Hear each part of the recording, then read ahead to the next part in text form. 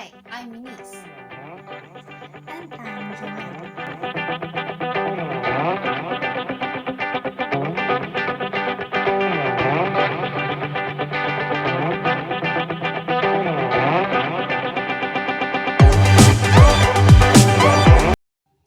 I'm going to talk about the metabolism of alcohol in our body. First, let us know what is ethanol. Ethanol is also called ethyl alcohol, grain alcohol, or alcohol. It is a member of a class of organic compounds that are given a general name alcohols. It has a molecular formula of C2H5OH. Now, what are the uses of ethanol? Ethanol is an important industrial chemical. It is used as a solvent in the synthesis of other organic compounds and as an additive to automotive gasoline.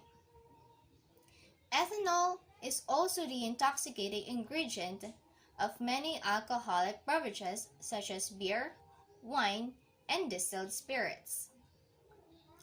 Ethanol that is intended for industrial use is usually denatured, which means it is rendered unfit to drink, typically with methanol, benzene, or kerosene.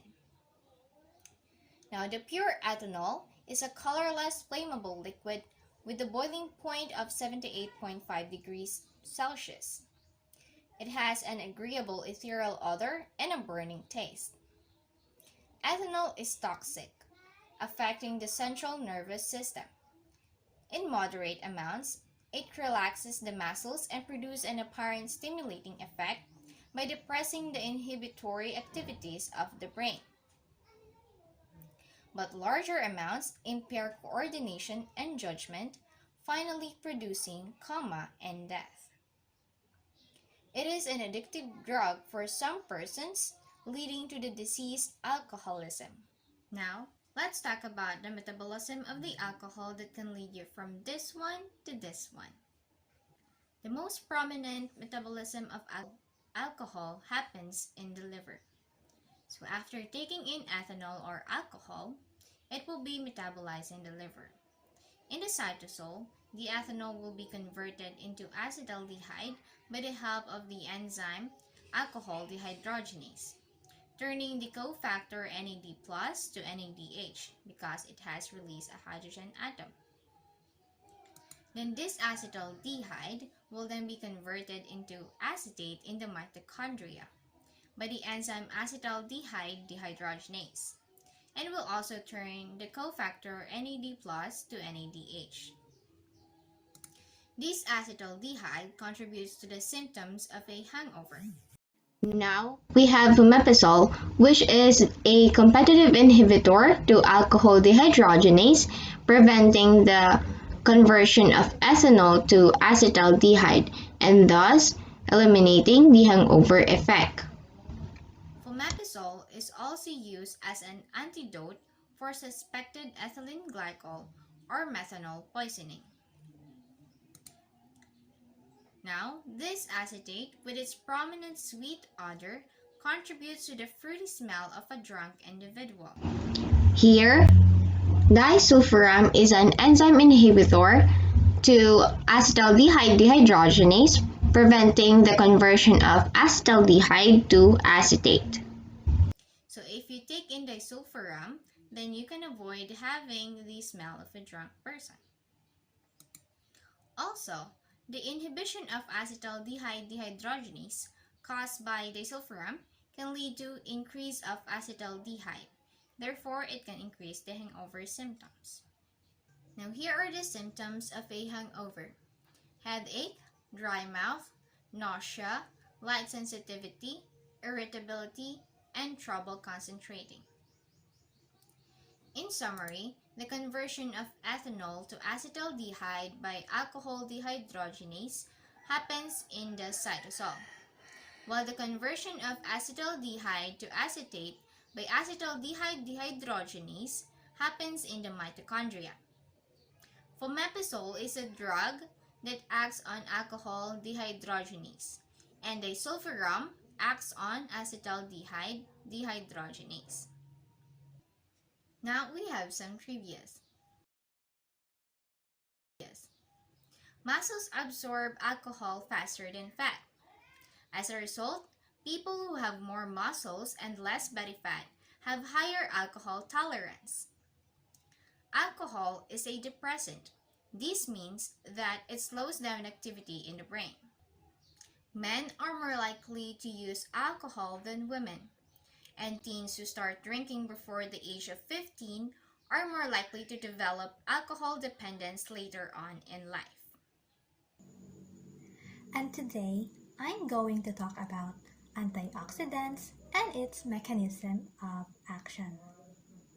So, what are antioxidants? Antioxidants are substances that protect the body from damage caused by harmful molecules called free radicals. Antioxidants are the one responsible in protecting our cells from the destructive effects of free radicals. So, what do we mean by free radicals? Free radicals are waste substances produced by cells as the body processes food and reacts to the environment. If we have too much or high level of free radicals in our body, it's not good because it can cause harm. So, free radicals are unstable atoms that can damage our cells, which causes illness and aging. Free radicals are also known as reactive oxygen species. So, why unstable atoms? They are unstable because they contain one or more unpaired electrons. Thus, they are deficient in energy. So, in order to satisfy themselves, they snatch and attack other cells and steal their energy, which is the reason why we get sick or we experience the signs of aging. So, to counterattack this, antioxidant works by donating extra electrons to this unstable free radical in order to stabilize it. So, if the body cannot process and remove free radicals efficiently, this can lead to oxidative stress. This oxidative stress can harm ourselves and ultimately harm our bodily functions. So, according to Natalie Olsen, a registered dietitian and exercise physiologist specializing in disease management and prevention, oxidative stress has been linked to the heart disease, cancer, arthritis, stroke, respiratory diseases, immune deficiency, emphysema, Parkinson's disease, and other inflammatory conditions. So, what are the factors that increase the production of free radicals in the body? Here are the list. It includes our lifestyle, for example, tobacco smoking, alcohol drinking. Then, the drugs or the medicine we take, pollution, food, fried foods, fatty foods, pesticides, UV exposure, and antioxidant deficiency. So let's proceed to the mechanism of action of an antioxidant. So to visualize the mechanism of action, we use the iodine antioxidant experiment, wherein we use antioxidant products such as ascorbic acid, vitamin E, and glutathione in performing the experiment. So this is the general procedure of the experiment. So first, place a 10 ml of water in a beaker, then add 5 ml of povidone iodine, then pour the content of the antioxidant product into the mixture and stir until completely dissolved. So let's visualize it. So first, the first step is pour 10 ml of water in a beaker. So here you have 3 sets of beaker, and which for the ascorbic acid, the vitamin E, and the glutathione. Next is we add 5 ml of povidone iodine in the water. Notice that from a clear, transparent, colorless transparent water or liquid, upon the addition of povidone iodine, it turns into a dark brown colored solution. Next is the addition of antioxidant products to the solution. So we add the ascorbic acid, the vitamin E, and the glutathione in the mixture of water and povidone iodine. Next is stirring of the mixture. Notice that upon the addition of antioxidant products and stirring, the dark colored solution turned into a clear, pale yellow liquid upon stirring. So, this is the result of the iodine antioxidant experiment, wherein all three beakers that contain ascorbic acid, vitamin E, glutathione, has a pale, clear pale yellow liquid solution. So what is the mechanism of action in the experiment? So in the experiment, we use povidone iodine to act as a visual representation of free radicals, meaning iodine was used as a visual marker or to represent free radicals. Next is, upon the addition of the antioxidant products such as ascorbic acid, vitamin E, and glutathione, a chemical reaction occurred, which is the redox reaction, or what we call oxidation reduction. So, in the experiment, the antioxidant products such as ascorbic acid, vitamin E, and glutathione were oxidized and they reduced the iodine.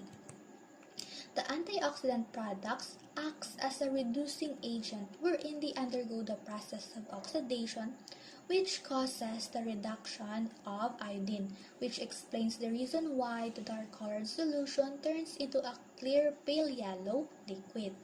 So let's discuss this further by recalling some terms. Let's recall.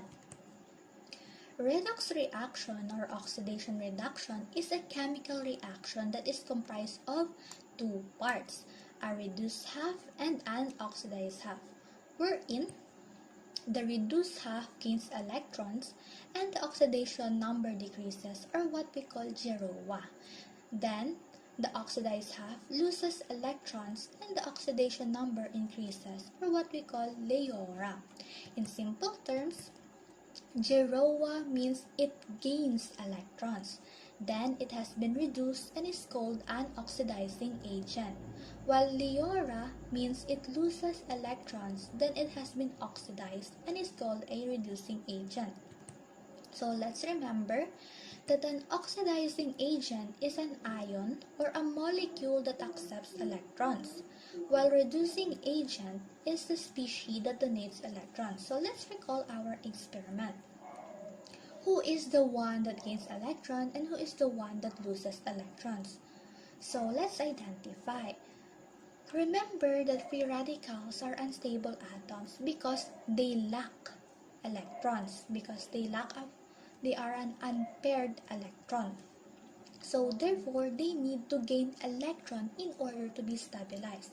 Therefore, our free radical or our iodine is our oxidizing agent because they accept electrons, while our antioxidant products such as the vitamin C, the glutathione, and vitamin E are the reducing agent because they donate electron. So if it is a reducing agent, they loses an electron and undergo the oxidation process, while oxidizing agent gains electron and undergo the reduction process. So remember, oxidizing agent is the one that accepts electrons, while reducing agent is the species that donates electrons. Here in our picture, the antioxidant acts as reducing agent by donating electrons to free radicals. Thus, they undergo the process of oxidation. So, losing electrons are antioxidants. Since the free radicals have already accepted the electron donated by the antioxidant, therefore they have become stable and was reduced during the process. So these now have a complete pair of electrons, so they become stable. So remember,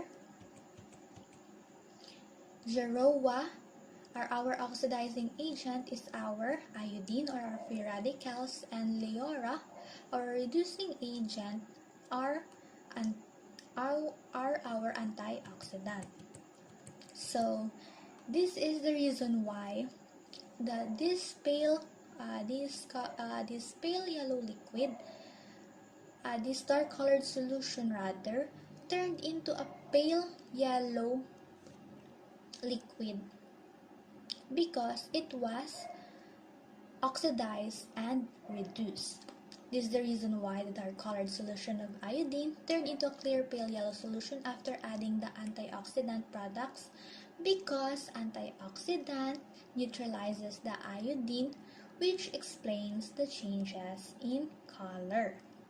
So, just a fun fact, pharmaceutical companies are often uses this simple experiment in promoting their products. Why is it so? It is because the simple experiment, if the clearer your solution is, it means the more effective or more potent or more high concentration of antioxidant is present in that product or medication. Thus, it is an effective antioxidant if it is more clearer.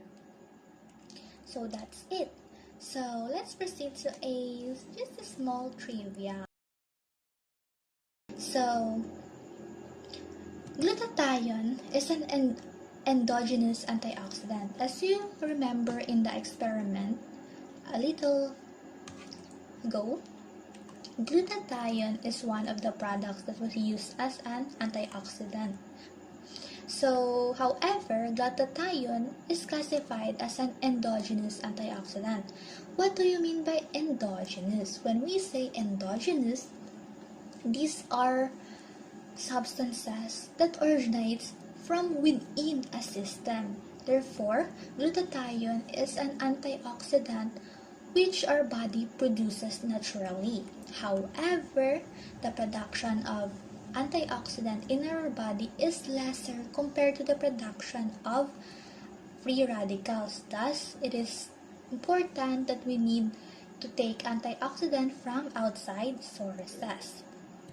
Next is dark chocolate. So dark chocolate has high antioxidant content with an ORAC score of 21,000. When we say ORAC score, it means oxygen radical absorption capacity. It is the unit used to measure the potency or how effective an antioxidant is. So having an ORAC score of 21,000 is considered high antioxidant content. Next is coffee beans. So coffee beans have an extremely high antioxidant content, around 20 moles per 100 grams of serving. However, it drops down when made into coffee. So coffee beans are an effective antioxidant because it has an extremely high antioxidant content. However, if you turn it into coffee, it drops down. So the level of antioxidant content drops down. However, if you are to choose your coffee, it is recommended to choose espresso. Why? Because it contains around 15 ml per 100 grams of antioxidant, which is considered high antioxidant content. And lastly, antioxidant defense system is the major reason why humans live longer than other living creatures. Why? Because antioxidant protects our cells from the destructive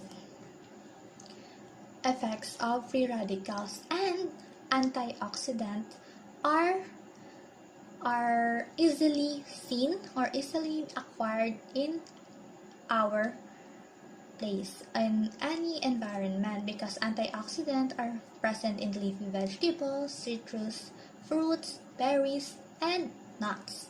So that is the reason why antioxidant is a very good defense system for us humans. So that's it. So in conclusion, antioxidants are very important to help protect the cells against free radicals. Next, It's important to eat a variety of fruit and vegetables in order to get your daily dose of antioxidants along with other important nutrients, because again, antioxidant is very beneficial and has a lot of health benefits. Thus, antioxidant is essential to a healthy diet. So that's it. So the end. So that's all for today.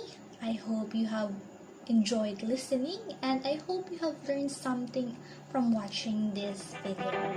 Thank you, and